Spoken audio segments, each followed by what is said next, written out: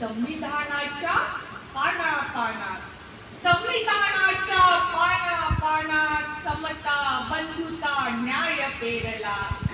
भारत भूनी तुझी तू पाकळ्या साऱ्या एक जोडल्या, पाकळ्या साऱ्या एक जोडल्या.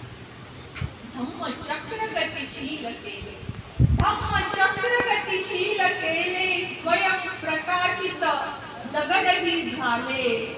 थोर उपकार बाबा तुमचे, मुडद्यांमध्ये प्राण ओतले, मुडद्यांमध्ये प्राण ओतले.